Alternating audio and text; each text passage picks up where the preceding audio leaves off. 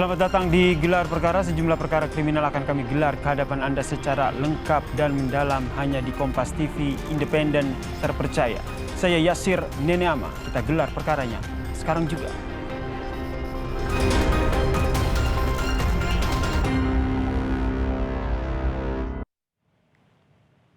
Saudara, buron selama 2 bulan, ada seorang pembunuh yang ditangkap oleh pihak kepolisian. Pelaku ditangkap usai menganiaya seorang pria yang diduga berselingkuh dengan istrinya. Emosi diakui pelaku sebagai pemicu pembunuhan ini ia lakukan. Lantas seperti apa fakta lengkapnya? Berikut ini penelusurannya untuk Anda.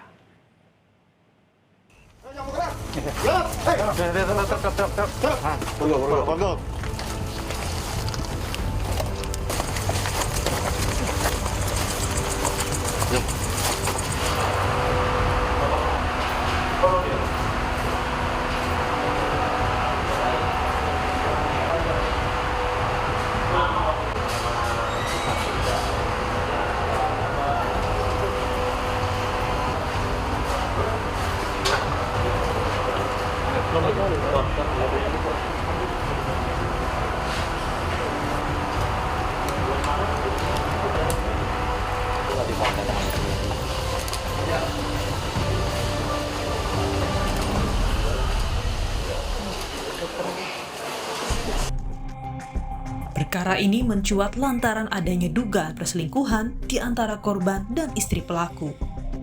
Pelaku sakit hati, tak terima istrinya direbut orang yang tak lain tetangganya sendiri. Korban dihabisi di depan rumahnya sendiri dengan tubuh disiram cairan mudah terbakar. Pelaku dan korban tinggal dalam satu lingkungan yang sama. Mereka bertetangga sejak dulu, hanya berbeda jarak beberapa rumah. Kami coba datangi tempat kejadian perkara ditemani seorang tetangga korban. Cemburu buta menyebabkan petaka. Perselingkuhan antar tetangga ini menyebabkan salah satu dari mereka ada yang mengalami kematian. Saat ini saya berada di Jalan Bangun Nusa RT 3 RW 3 Cengkareng dan ini merupakan rumah korban pembakaran pada saat itu. Bagaimana kronologinya? Ikuti penelusuran saya. Kepada kami, pada malam kejadian, saksi sempat melihat korban dihampiri pelaku. Tanpa disadari, tiba-tiba pelaku menyiramkan cairan mudah terbakar ke tubuh korban. Saksi terkejut dengan cepat tubuh korban langsung terbakar api. Saksi dan beberapa tetangga sempat membantu korban. Korban mendapat perawatan di rumah sakit hingga akhirnya meninggal dunia. Aku negur sama suami begini. Datang kan sopan ya aku ya Mbak begini. Assalamualaikum, saya bilang, ya ada apa? Dia bilang, ya maaf ya Bang, aku mau nanya nih masalah istrinya sama suami aku.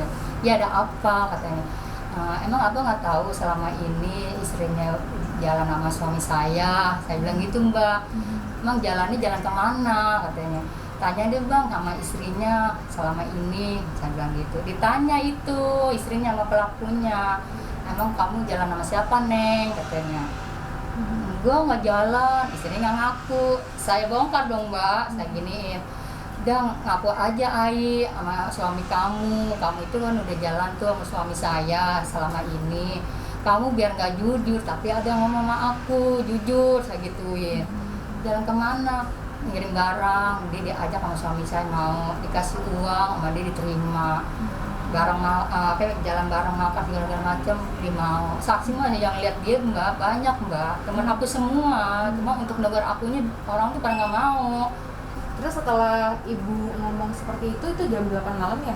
Terus kejadian pada saat suami ibu dibakar itu jam 11. Si pelaku ngomong sama aku gini ya Mbak, ya udah nanti kita damain aja secara RT.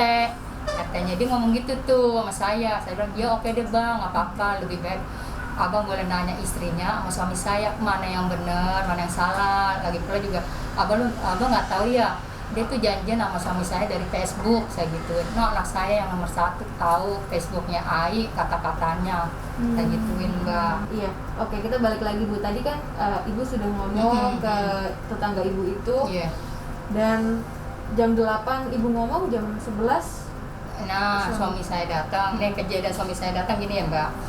Nih, suami saya datang, saya belum buka pintu, Mbak. Masih ngeliat hordeng karena laki saya parkir motor. Itu pulang kerja ya? Ya, pulang kerja. Naikin motor ke teras. Nah, pas saya ngeliat dia udah pulang, saya baru buka pintu, Mbak. Habis saya buka pintu, suami saya ngasih bungkusan sebuah makanan, Mbak. Saya ngelihat pelaku ngarahnya bukan dari rumah, Mbak. Nggak keluar dari rumah dia, saya ngelihat. Si pelaku ngeluarnya dari gang warung. Jalannya selau. Nah, tapi dia nyamperin ke suami saya, Mbak. Ya kan? Gimana saya mau ngomong sama suami saya kalau si pelaku mau ngomong sama suami saya. Pas dia datang ke suami saya, langsung buka tutup botol mijon, laki saya disiram, Mbak, sama bensin dari belakang. Laki saya panik sama kaget, ya kan? Berbalik ke arah belakang, langsung dia nyalain korek api. Saya nolongi, saya sampai kena nih dari tubuh laki saya, bensinnya dari tubuh laki saya, kena apinya dari tubuh laki saya. Pada malam kejadian, pelaku tak dapat membendung kekesalan saat melihat korban tiba di rumah. Melihat korban di depan matanya, pelaku lantas menghampiri dengan membawa cairan mudah terbakar.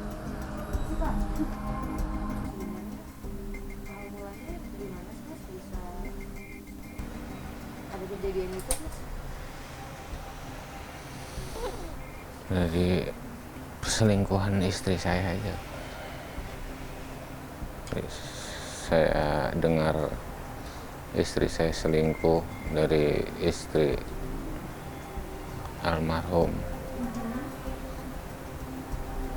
Jadi saya kesulut emosi, kata saya, kok bisa tetangga teman saya depan kontrakan kok bisa nyelingkuhin istri saya, yang nggak bisa saya tahan emosi itu. Kata saya niatnya kan mau ngasih pelajaran doang, nggak lebih. Saya juga nggak nyangka sampai bakal seperti itu. Kalau meninggal gitu ya? Jangankan meninggal, sampai luka kayak gitu aja saya nggak.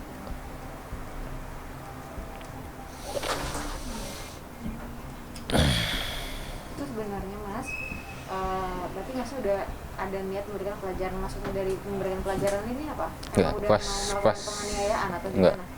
pas ngelihat aja itu spontan saya langsung emosi ngelihat orangnya itu. Pas saya lagi duduk di depan aja itu, pas ngelihat langsung kesal gitu bawaannya ngelihat dia. Udah pas ngelihat ke kiri saya ada cairan itu, ya langsung saya Bakar. Waktu kejadian itu Masnya lagi di teras, terus korban atau almarhum ini lagi ngapain? Baru datang Dari mana? kerja kayaknya. Baru pulang kerja gitu. Tahu dari mana kalau istrinya selingkuh? Istrinya yang ngomong ke saya. Istrinya korban. Masnya tahu, Masnya udah coba cross check belum ke istri Mas? Udah. Udah. Istri Mas mengaku hal itu. Setelah ngelakuin, Masnya kemana ya waktu itu? Pulang, Pak. Pulang. Kan Masnya rumahnya di situ ya? Ke kampung, Pulang ke kampung. Kemana itu? ke daerah Banten sana. Ke daerah Banten. Berapa lama di sana, Mas? 2 bulanan. 2 bulan. Usai beraksi, pelaku melarikan diri. Sebelum ditangkap, pelaku berada di kampung halaman dan buron selama hampir 2 bulan.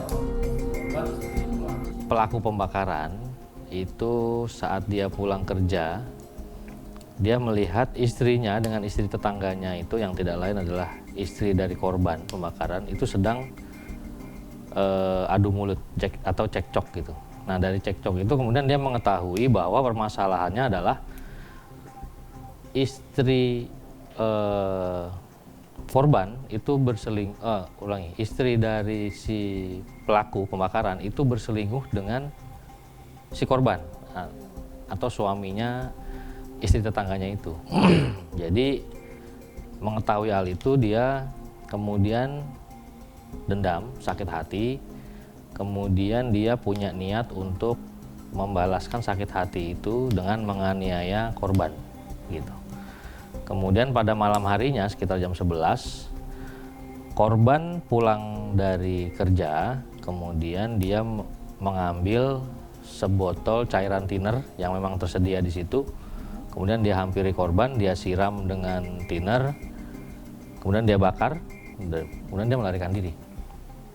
Jadi gitu ceritanya. Tapi itu kan berarti ada rencana ya Pak dari pelaku untuk membakar korban atau menganiaya sebenarnya. Iya. Itu ada thinner itu, kenapa bisa ada thinner di rumah pelaku Pak? Ya, karena memang pelaku ini pekerjaannya sehari-hari adalah buruh. Jadi apa aja dia kerjain. Nah, thinner itu memang digunakan untuk cat ya, campuran cat yang memang tersedia di situ. Jadi korban ini memang punya rencana untuk membalaskan sakit hatinya atau membalaskan rasa cemburunya. Pelaku ya Pak? Ya, si pelaku kepada korban pembakaran.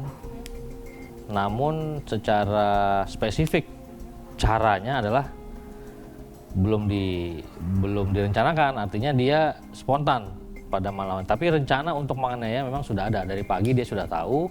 Kemudian malam hari ketika datang si korban, pelaku langsung melaksanakan aksinya. Terus untuk saat ini Pak, korban ada di Kondisinya, korban saat terjadi penganiayaan atau pembakaran itu sempat dirawat di rumah sakit selama 10 hari, namun kemudian akhirnya meninggal dunia. Ya. Tapi kalau pada saat kejadian pembakaran tersebut, sebenarnya dari pelaku ini ada yang membantu nggak sih Pak?